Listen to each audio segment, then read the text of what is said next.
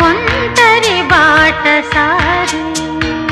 జంటకు చేరగా కంటికి పాపవైతే రెప్పగా మారనా తూరుపు నీవుగా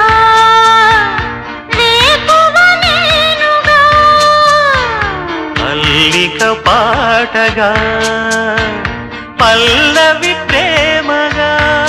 ప్రేమించే పెదవులొకటై పొంగించే సుధలు మనవైతే జగతికే అతిథులే